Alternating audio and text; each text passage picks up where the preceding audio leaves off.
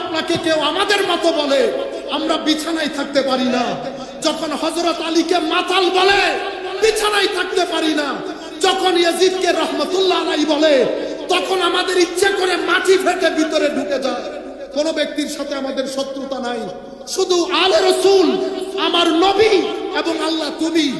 এই কারণে মানুষের সাথে আমাদের শত্রুতা হয়, কাটাকাটি হয়, মারামারি হয়, আমাদেরকে হত্যার হুমকি দেয়।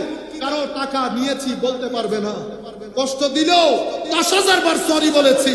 মাওলা কারো সাথে কোনো কিছুর ক্ষেত্রে পার্থিব স্বার্থ জড়িত হয় নাই, ফলে আপনার কারণে হয়েছে, ফলে ইয়া রাসূলুল্লাহ আপনার কারণে হয়েছে, ফলে আলে রাসূলের কারণে হয়েছে, ফলে আসহাবে রাসূলের কারণে হয়েছে।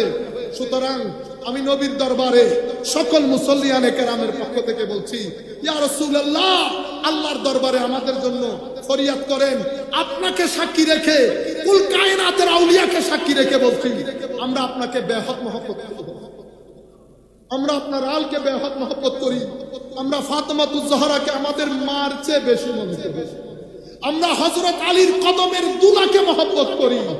সুতরাং আমরাও যেন কিয়ামতের ময়দানে আপনার কথা অনুযায়ী আমাদেরকে যেন আপনার জুতা মুবারক পরিষ্কার যারা করে তাদের জুতা মুবারক পরিষ্কার করার জন্য আমাদেরকে গ্রহণ করে। সবাই আমিন বলেন। আমার নবীর এই হাদিস বলে আমরা আমাদের বক্তব্য শেষ করছি।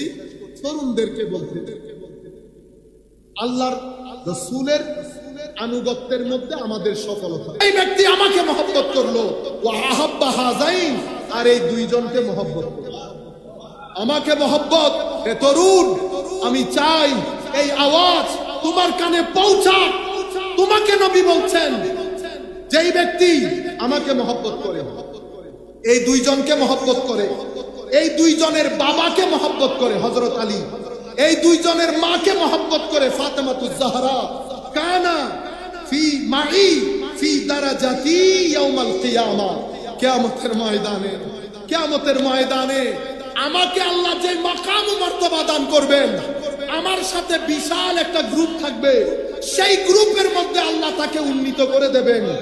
আমরা আমার নবীর দরবারে বলছি, আল্লাহকে বলছি, আল্লাহ আমরা গুনাহগার, মাওলা আমরা গুনাহগার, এটা সত্য। আমাদের মতো জালেম রুয়ে জমিনের মধ্যে নাই, আল্লাহ এটা সত্য। আমাদের জাহেরে বাতেনে গুনার কালো তিল আছে, সত্য আল্লাহ সত্য। কিন্তু আমরা যে আপনাকে মহব্বত করি এটা তো সত্য। আপনার বিরুদ্ধে যখন কেউ কথা বলে সিনার মধ্যে আমাদের যেন আগুনের ছিটা